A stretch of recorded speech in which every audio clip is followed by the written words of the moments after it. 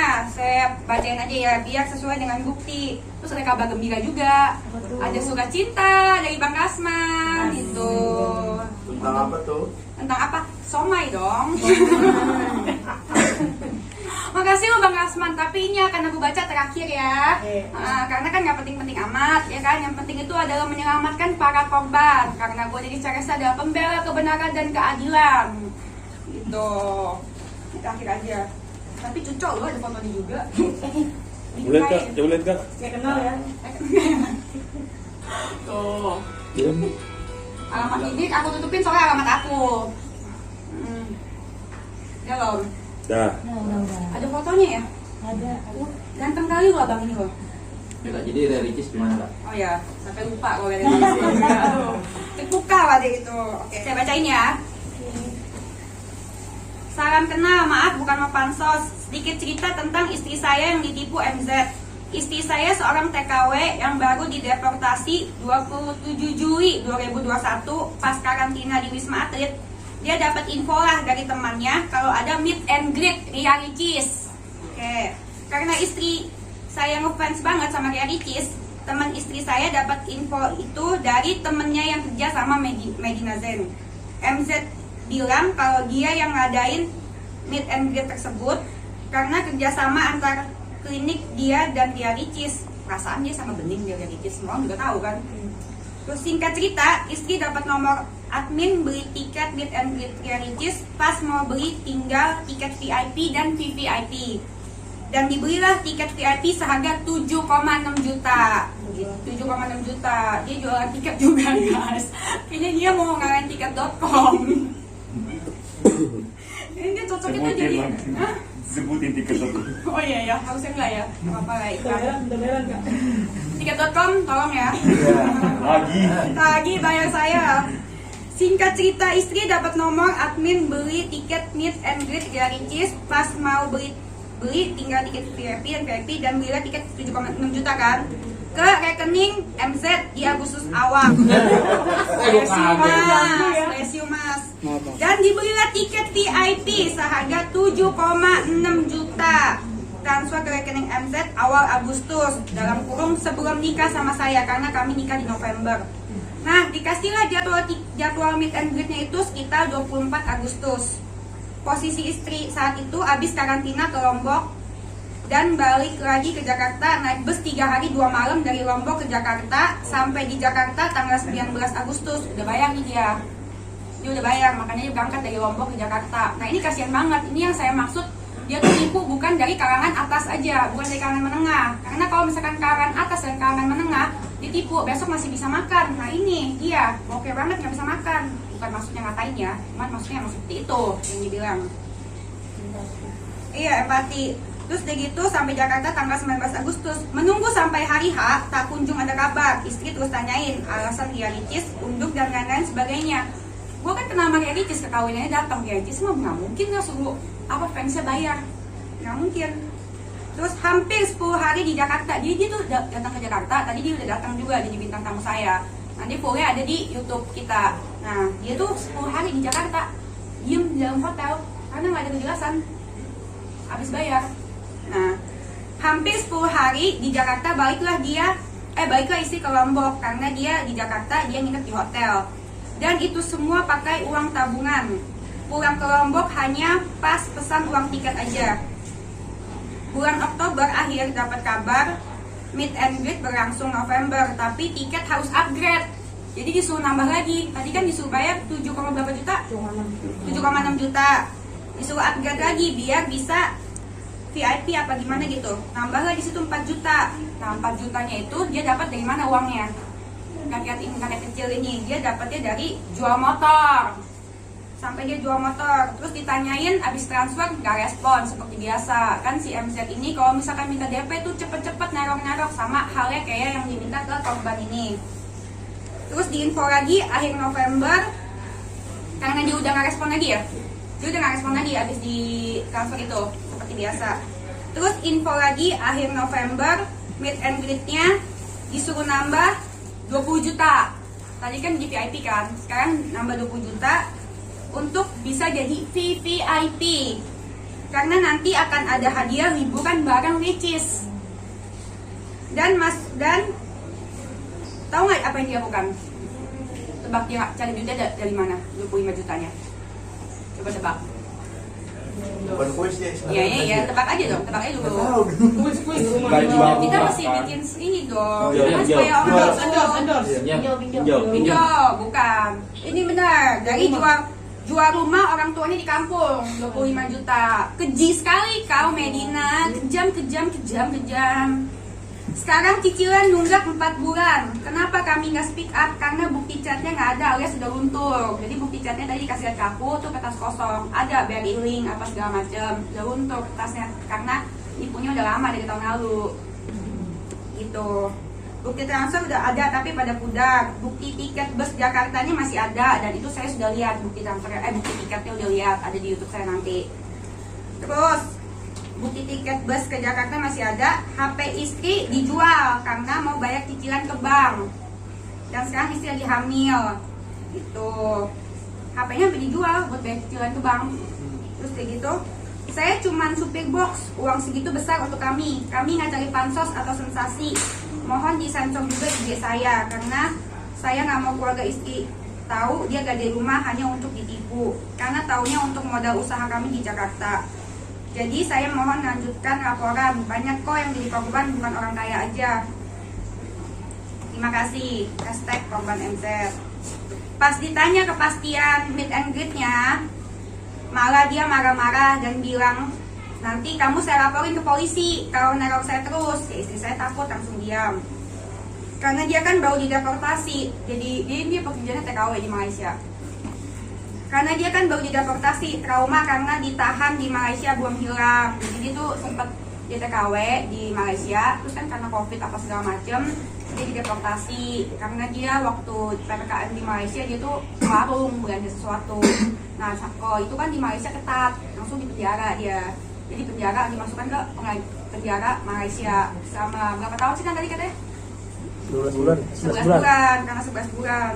Ke rekening siapa? Dua rekening kan ada yang 20 juta sama ada yang 7 juta sama ada yang 4 juta ya. Dua rekening ya kan. Terus dari gitu yang di pertama dia transfernya pakai BRI link, makanya saya tanya mutasinya mana, saya mau lihat kan kalau emang benar mutasinya mana. Ternyata katanya kalau BRI link katanya itu ternyata kasih uang bawa cash terus ke warung ya, saya belum tahu juga ya. Bener nggak kayak gitu? Nah, oh ya udah terus segitu dicek mutasinya bisa nggak sih sebenarnya? Bisa. Ada bukti transfer? Ada bukti transfer, ada struknya ini seperti ini nih. Atas nama siapa penerimanya? Penerimanya pertamanya atas nama ada nama cowok gitu. Nah sayangnya bukti transfernya itu tadi tuh sudah pudar karena kejadiannya kan udah lama. Tuh kayak gini tuh. Udah pudar tulisannya, cuman ada BRI linknya gitu tuh. Kelihatan nggak? Tahan tuh kak. Tahan. Sampai pudar gitu. Kalau nggak salah Agustus ya. Tapi dia kasih lihat ininya bukti naik busnya tuh dia. Tanggalnya sama sih, sesuai sih. Dia naik bus dari Lombok ke Jakarta untuk ketemu Ricis yang dijanjikan sama si Medina. Nah, untuk informasi acara tersebut dia dapat informasi dari mana? Nah, dari temennya itu kan juga kalau nggak salah mereka tuh punya tim Ricis tuh punya apa sih? The Ricis ya? Fanbase gitu Fanbase ya. itu The Ricis. Nah, terus kayak gitu saudara temennya dia namanya siapa? Cici ya? Cici ya namanya? Namanya Cici, temannya dia tuh namanya Cici. Nah, si Cicinya adalah teman dari bukan temannya dari media, dari staffnya Medina. Jadi staffnya si Medina ini siapa namanya tadi yang facialin dia? Siapa? Ani. Siapa ya? Kalau nggak salah ya Yani. Tapi untuk yang benernya nonton YouTube saya namanya siapa? Nah, misalkan sebut saja dia Lani ya. Nah, si Lani ini kerja di MD Glowing, MD Klinik yang udah katanya udah bangkrut itu, yang di sini Jakarta. Nah, temennya jadi percaya dong. Terus kayak gitu secara kata si korban ini karena ya dia kan verified, akunnya centang biru, punya klinik banyak, apa segala macam, pengusaha. Terus kayak gitu masa iya bohong, masa iya nipu gitu. Terus dia gitu dia juga sempet video call sama si Medina katanya cuma 5 menit, tapi saya kan belum lihat buktinya yang itu, jadi saya nggak bisa ngomong menyatakan benar atau enggak. Yang saya lihat di sini buktinya yaitu ada tiket kereta sama tiket pesawat gitu. Tapi selama dia melakukan transaksi pembelian tiket itu sampai dia berangkat segala macam itu, dia mengejar-ngejar konfirmasinya itu ke Medina langsung kah atau ke Yani ini? Kedua-duanya ke Medina langsung akhirnya. Sempat Di chat, ke Medina langsung. sempat ke Medina langsung, kan mereka sempat video call. Terus si Medina juga sempat adanya melakukan yang namanya bujuk rayu, apa sih? Bujuk rayu, ya. sempat adanya bujuk rayu. Sama modusnya tuh semua sama, dibujuk-bujuk, dirayu-rayu. Kamu jangan ini loh, kamu udah terpilih sama Ricis, terus disuruh cepat-cepat transfer DP katanya. Soalnya kalau misalkan bukan kamu, ada lagi nih yang mau gitu. Tapi kamu udah dipilih sama Ricis karena kamu dapat nomor 20 gitu. Jadi makanya transfernya itu kalau nggak salah 7.020.000 karena kamu ada yang nomor 20 gitu. Terus kayak gitu dia cari-cari si Medina terus, lama-lama dia menghilang, nggak ada kejelasan gitu. Udah nggak ada kejelasan, terus tiba-tiba dia sampai Jakarta, dia bengong-bengong gitu di hotel kata dia. Tapi Selama 10 hari itu. ini kan maaf nih Kak Denis ya. Ini Nggak apa-apa dimaafin. Ini kan aduan ke Kak Denis. Kak Denis sendiri terlihat seperti percaya dengan orang tersebut yang menceritakan apa sih yang bikin percaya, sedangkan stroke-nya aja nggak kelihatan. Iya, betul. Udah gitu chatnya apakah ditunjukkan langsung apakah itu Chatnya nomor kan, Medina Zain? chatnya itu kan nomornya kan yang saya bilang, kalau misalkan saya bilang dia video call langsung, saya kan nggak bisa percaya karena saya belum bisa lihat langsung. Betul. Ya, tapi kalau misalkan dari cerita apa segala macam, dari tiket bus sama dari apanya sesuai sama dengan diomongkan gitu. Kalau misalkan dari hati nurani percaya karena ceritanya nyambung dengan modusnya sesuai, pengancaman apa segala macam gitu. Apakah dari setiap korban cara Medina untuk meyakinkan dan meminta buru-buru uang transfer caranya sama? Sama kayak ke aku juga, sama. Aku bisa ngomong dengan berani ini karena ya memang kebenarannya terjadi seperti itu gitu. Jadi pertamanya seperti biasa, dia kan minta DP cepet-cepet tuh, naruh seharian, habis itu DP-nya udah dapat jadi diem gitu. Sama kayak yang diceritakan tadi gitu. Kan saat ini yang kita ketahui bareng-bareng MZ udah di rumah sakit nih. Kita mengandalkan. Nah, yang dikasih lihat itu kan kemarin kan MZ itu kan surat yang dirawat di rumah sakit, iya kan? Bukan bukti diagnosis dari dokter, iya kan? Nah, kenapa dokter aja belum bisa diagnosis dia bipolar? Kenapa Bang Asman juga udah bisa diagnosis dia bipolar? Emang abang dokter? Apa dukun? Bisa tahu masa depan, ya kan? Iya kan? Yang dia tunjukkan kan selama ini kan surat rawat inap. Ya kan, bisa aja ya, namanya saya mah udah pernah jadi korban, jadi saya mah otaknya wajar aja dong, jadi netting terus, bukti transfer aja bisa dikasih palsu, segala macam. Nah, kalau misalkan dirawat, oke lah dirawat, tapi kan belum ada surat diagnosis tertulis dia bipolar kan? Ada nggak? Pernah nggak dia tunjukin? Belum kan? Kenapa dia bisa? Dokter aja berarti belum tahu dong dia bipolar atau enggak. Kenapa dia bisa ngomong ke semua orang gitu? Medina itu bipolar tingkat akut. Iya kan, emangnya rematik akut.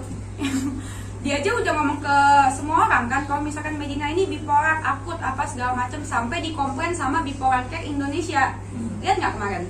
Nah, ada bipolar akut, adanya tipe gitu. Itu yang saya ingat ya, karena kan saya juga bukan psikiater, bukan karena saya itu. Sama sepertinya itu bukan karena Abang Rasman sayang aku kan. Tapi berarti Kak Denis sendiri melihat selama ini alasan dari Medina istilahnya menggunakan mental health dia itu seperti apa sih, yang tanggapan Kak Denis sendiri mengenai dia yang bipolar seperti apa? Malah bangga. Menurut saya itu cuman alasan dia doang untuk lari dari hukum. Karena sekali lagi bipolar nggak nipu mas, bipolar nggak mungkin sepintar itu, nipunya banyak orang. Kalau oke lah 1-2 orang, saya sama dia, mungkin dia lagi masalah KDRT, lagi masalah apa segala macam, stres, depresi berat. Tapi kan dia nipunya udah dari tahun kapan, iya kan?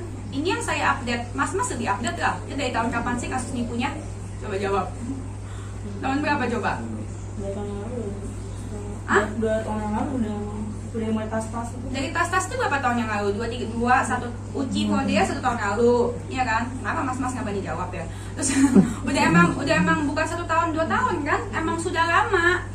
gitu. Dan kenapa baru sekarang dia masuk rumah sakit apa segala macam? Emang bisa ya? Saya mau nanya dong. Ini saya nanya ya, untuk semua psikiater emang bisa ya orang mendadak bipolar? Mendadak semua orang udah rame nih heboh kasusnya. Terus udah gitu tiba-tiba semua pada laporin dia. Terus dia tiba-tiba mendadak bipolar masuk rumah sakit. Jalan keluarnya bukan nipu. Kita hadapin dengan benar, usaha yang lain kek, apa kek, segala macam. Kita usaha benar. Itu jangan nipu. Kalau nipu kan itu merugikan orang. Apalagi yang ditipu bukannya orang kaya doang, bukannya kena doang. Yang kayak tadi contohnya korbannya tuh, gimana tuh? Berarti Kak Denis meragukan Medina dia bipolar, dia bipolar atau dia sedang berada di rumah sakit saat ini ya?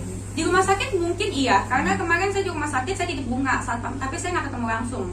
Saya mah semua yang dikatakan sama dia saya udah ragu. Ya wajar lah mas, coba aja mas dikasih bukti kanso palsu. Ragu nggak abis itu sama dia? Tapi maaf nih Kak, tadi dimaafin. tim saya ada yang penelusuran ke rumah sakit Bandung. Itu benar kata pihak rumah sakit kalau Medina sedang dirawat di rumah Iya sedang dirawat benar. Iya. Kan kemarin aku udah titip bunga buat dia. Udah kirim bunga aku. Ucapannya get well soon Medina, love Denis Caresta. Tapi dari kalian sendiri berarti meragukan kalau dia bipolar. Oh iya mana? Bukan iya iyalah pastilah mana surat diagnosis dokternya. Yang bisa mendiagnosis dia bipolar itu dokter atau Bang Rasman? Yang dokter siapa? Iya kan Bang Rasman kan sebagai kuasa hukum, iya betul, iya kan. Cuman kan dia aja bilang dia lagi dirawat. Kalau lagi dirawat berarti dokter aja belum tahu dong dia sakitnya apa mas, iya kan? Lagi ditelusuri, ya kan? Lagi disembuhkan apa penyakitnya. Kalau misalkan bipolar, ya mana bukti surat diagnosisnya? Itu benar nggak? Jadi dari kalian sebagai perwakilan korban, ya. Pembela kebenaran Iya, Dan keadilan. dan keadilan, ya ya. Untuk ingin aku yakin nih kalau di bipolar apa sih yang akan dia dari kakak nih sebagai pembela kebenaran? Tahu apa? Meyakinkan bahwa ini tuh bipolar atau enggak? Apa yang akan dilakukan? Ya saya kan masih yakinin, yang bisa yakinin adalah dokter. Karena kan karena saya kan sini kan cuma untuk membela yang benar. Masalahnya mana? Kalau misalkan dia bipolar, mana surat bukti diagnosisnya? Masalahnya udah rame, udah kisruh kayak gini. Masa ya dia nggak bisa keluarin nih bukti diagnosis bipolar? Udah kita semua diem. Dan satu lagi, kalau misalkan memang surat itu ada diagnosis bipolar, mohon maaf, benar-benar mohon maaf untuk rumah sakit yang diituinnya harus lebih berhati-hati lagi karena saya khawatir rumah sakit jiwanya itu ditipu sama dia gitu. Takutnya dia pura-pura bipolar. Takutnya saya kan hanya bisa menghimbau, itu kan tugasnya saya pembela kebenaran. Saya nggak mau masyarakat ditipu lagi, teman-teman saya ditipu. Apalagi sampai RSD ini ditipu, termasuk Bang Rasman juga saya khawatir kayaknya Bang Rasman ditipu. Apa kakak akan menyediakan dokter ataupun orang-orang kepercayaan kakak untuk melihat bahwa ini itu bipolar? Oh itu mah bukan karena saya, itu karena kepolisian yang akan itu dong harus di tes kejiwaannya dari polisian dong. Masa saya pembela kebenaran? Saya mah macam-macam aja yang benar. Jadi sendiri tahu gak sih ciri orang bipolar itu atau Yang saya tahu, karena kan saya bukan psikiater, yang saya tahu, nanti saya nggak mau terlihat seperti orang bodoh yang seperti Bang Rasman bilang, ya kan? Bipolar itu bipolar akut, apa segala macam sampai ditegur sama bipolar Indonesia kan malu bang. Harusnya dia kan sebagai pengacara yang berwibawa dan bermartabat yang menjembatani korban, ya kan, untuk kliennya reda apa segala macam, bukan malah dia ancam-ancam korban apa segala macam. Kan korban bukannya jadi kasihan, jadi emosi gitu. Kalau bipolar itu yang saya tahu, yang saya dengar, saya bukan psikiater ya, saya tidak berbicara sebagai psikiater, saya bicara sebagai orang biasa. Yang saya lihat teman-teman saya ada yang beberapa yang bipolar, itu mereka mood swing, kadang baik, kadang ketawa-tawa, kadang nangis, ya gitu. Nggak ada yang nipu, pokoknya hashtag bipolar nggak nipu. Dan ini juga penting banget. Kenapa bipolar care sampai ngomong gitu? Karena mereka ini, orang-orang yang bipolar ini, mereka sudah berjuang untuk memerangi dirinya sendiri dengan penyakitnya itu mood swing apa segala macam, takut nggak diterima lingkungan.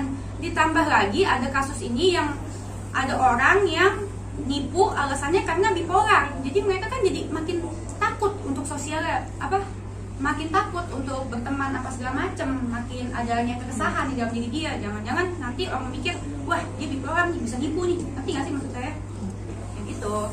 Kalau misalkan Medina itu benar apa kata Bang Rasman, kalau dia itu bipolar atau ODGJ, mohon maaf, saya tidak menyalahkan orang bipolar atau ODGJ, karena bipolar atau ODGJ itu nggak nipu dan mereka itu baik banget teman-teman saya. Kalau misalkan dia itu bipolar atau ODGJ, berarti usahanya itu cacat hukum dong. usahanya itu kan tidak cacat hukum. Investor mana yang mau invest ke usaha yang pasti metong gitu loh, yang udah sama aja kayak bunuh diri investornya. Itu mah sama aja, bukan investor, itu mah sumbangan. Kalau mau sumbang ke PT-nya mending sumbang ke ini deh, panti, lebih berarti. Benar, iya kan? Kalau misalnya cacat hukum, buktinya aja, udah ada buktinya aja, dia aja bisa memecat dirinya sendiri. Itu kan udah aneh banget. Iya kan? Dan dia ini berstrategi, dia ini nggak bodoh, dia tuh pintar. Iya kan? Mungkin entah atau apa, ini gue nggak tahu ya. Namanya menduga-duga tak bersalah dong. Namanya menurut gue bukan bilang gini, enggak. Ini menurut gue, dia ini berstrategi, dia mengundurkan diri dulu. Habis mengundurkan diri, terus begitu 2-3 hari kemudian dia tiba-tiba bilang bipolar, ODGJ, tiba-tiba dirawat di dalam RSJ. Kalau dirawat di RSJ ya bukan pasti itu juga, karena dokter juga masih belum tahu, belum ada surat diagnosisnya gitu. Saya mau tanya, investor mana? Si Tengku, Baby Wolf. Karena kalau misalkan ini ngomong minta maaf apa segala macam, toh saya mah ada bukti chatnya, si Medina bilang si Tengku itu Baby Wolf-nya dia gitu. Terus katanya orang DPR lah, katanya temannya Raffi Ahmad lah dia. Saya suruh Kak tanya, Kak lu tanya dong sama si Raffi, bener nggak tuh si Medina kenal sama si Tengku dari Raffi? Begitu katanya si Raffi kagak kenal. Gitu, investornya mana Mbak? Coba ditanya dong. Saya tuh khawatir deh, kayaknya Bang Kasman tuh kayaknya lagi kena tipu deh. Tindak mendampingi kepentingan hukum untuk dan atas nama saudari Medina Zen. Loh, kalau begitu, kalau misalkan sampai di sini dia kan bertindak atas Medina Zen kan? Kalau gitu mana surat kuasa dari Medina Zen? Katanya kalian abang ODGJ atau bipolar. Emang bisa ya ODGJ atau bipolar itu bikin surat kuasa hukum? Jadi sebenarnya kalian abang sakit apa enggak sih? Kalau misalkan ada surat kuasanya, mana nomor surat kuasa dari Medina Zen buat abang? Ya. Gitu kan?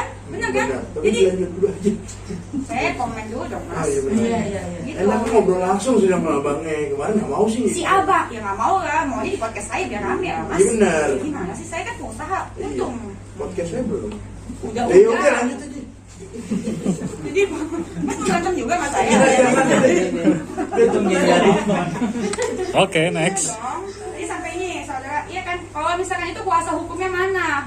Ini Bang Kasman gimana sih? Tapi nggak apa-apa Bang Kasman. Bang Kasman emang belajar itu tidak mengenal umur. Bang Kasman perlu belajar lebih lagi. Karena kalau misalkan dia bertindak sebagai kuasa hukum dari Medina Zen itu harus kasih kuasa hukum ke Bang Kasman untuk somasi saya, ya kan? Mana surat kuasanya, nomornya gitu? Saya mau lihat. Katanya kalian abang sakit, kok bisa bikin surat kuasa hukum? Gitu. Bahwa adapun dasar surat kami ini merujuk kepada pemberitaan media elektronik terkait klien kami, Medina Zen, diantaranya adanya posko yang saudari buat pada akun atau kanal YouTube saudari sendiri, di mana pernyataan-pernyataan saudari tersebut telah menimbulkan keresahan di masyarakat. Boleh komen nggak gue? Masyarakat yang mana abang? Yang resah? Semuanya masyarakat tuh mendukung. Baca semua komen-komenannya, semuanya mendukung dan berterima kasih atas adanya posko ini karena mencegahnya ada penipuan yang lagi yang terjadi dan banyak banget korban-korban bermunculan. Semua masyarakat nggak resah, semua masyarakat mendukung. Ini dibacain aja dulu suratnya, nanti baru dikomen. Nanti baru dikomen terakhir. Komennya nanti satu. Jangan satu-satu, nanti kita ngeditnya susah. Iya kan ini susah. Bener. Isi dulu ya. Iya, poinnya itu saya komen ya. Makasih kan, silakan. Iya, apa sih yang sabar kamu? Itu mana tuh? Ya, hilang lah. Hilang deh. Jadi posko yang pernyataan saudari tersebut telah menimbulkan keresahan di masyarakat dan lingkungan keluarga klien kami. Dan perlu saudari ketahui hingga saat ini belum ada dan atau tidak ada putusan pengadilan yang berkekuatan hukum tetap. Ada atau tidak adanya putusan apa nih? Inkrah bahasa ini apa nih? Inkrah bahasa Belanda. Inkrah van de Mas zoom sendiri aja ya. Yang menyatakan klien kami bersalah dalam dugaan tindak pidana yang saudari tuduhkan. Sehingga atas dasar itulah melalui surat ini kami memberikan peringatan secara tertulis kepada saudari untuk menarik dan mencabut pernyataan-pernyataan termasuk pembuatan posko-posko pengaduan serta mengundang kami di kanal YouTube. Siapa yang undang? Next. Serta mengundang kami di kanal YouTube Saudari. Apabila hal tersebut tetap berlanjut, maka dengan terpaksa dan berat hati kami akan tempuh upaya hukum sesuai ketentuan perundang-undangan yang berlaku guna melakukan pembelaan dan mempertahankan hak-hak hukum klien kami. Untung udah selesai, kira satu lembar lagi. Demikian kami sampaikan atas perhatiannya dan kerjasamanya. Kami mengucapkan terima kasih. Hormat kami, kuasa hukum Medina Zen, Dr. H. Rasman Arif Nasution, SH, SAG, MA, PhD. Tembusan kepada keluarga besar Mediasan dan Petinggal. Oke. Komen. Komen. Itu mau komen ya. Jadi garis besarnya Nah, diulang dong komen gue tadi. Oh, salah. Lihat sini nih. Lihat di sini kan. Lihat sini aja sambil ngomongin sini aja. enggak. Sambil gue masih baca dong, gue nggak ingat dong. Gimana sih? Iya. Nih, merujuk pada pemberitaan elektronik terkait Medina diantaranya adanya posko Saudari yang pada akun kanal YouTube Saudari sendiri, di mana pernyataannya menimbulkan keresahan di masyarakat. Yang saya tanya, masyarakat mana bang yang kesal bang? Semua masyarakat mendukung. Lihat aja di komen-komen saya, Instagram saya. Nggak usah di komen Instagram saya deh. Lihat aja di kalian wartawan punya akun-akun deh komennya. Semua mendukung, berterima kasih dengan adanya posko ini. Karena saya membela kebenaran dan keadilan. Dan semuanya mendukung dan berterima kasih. Ini untuk adanya mencegah penipuan-penipuan yang akan terjadi. Justru yang masyarakat kesal adalah masyarakat kesal sama abang. Saya ada buktinya nih. Kenapa masyarakat kesal sama abang? Abang lihat dong komen abang. Komen abang itu semuanya hujatan. Ya saya dulu. Sekarang udah enggak ya Kak Denis ya? Wih, sekarang saya pembela-belaan keadilan. Alumni berarti ya. Makanya kali ini tuh saya yakin saya tuh berada di jalan yang benar. Jalan yang lurus ya berarti ya. Jalan yang lurus. Abang ini kan sebagai kuasa hukum ya, bukan saya yang merasakan. Komentar pertama, nah bermutu musuh kau itu banyak, termasuk para netizen benci kau yang menilai masyarakat karena kau adalah pengacau bipolar.